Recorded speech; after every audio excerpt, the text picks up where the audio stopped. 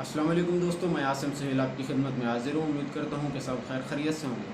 अल्लाह पाक आप सबको अपनी हिफ्ज़ व अमान में रखे। दोस्तों, आज हम आपके साथ शुगर का एक आसान सा छोटा सा नुस्खा शेयर करेंगे। जिन भाइयों को शुगर नॉर्मल रेंज से ज़्यादा होती है तो उसके लिए एक बहुत ही आसान सी रेमेडी है, छोटी सी है। आपने ये करना है कि आपने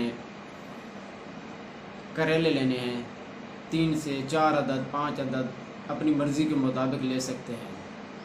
उन्हें जो है छील कर खुश्क करना है और खुश्क करने के बाद उनको बीज समेत ग्राइंड करना है।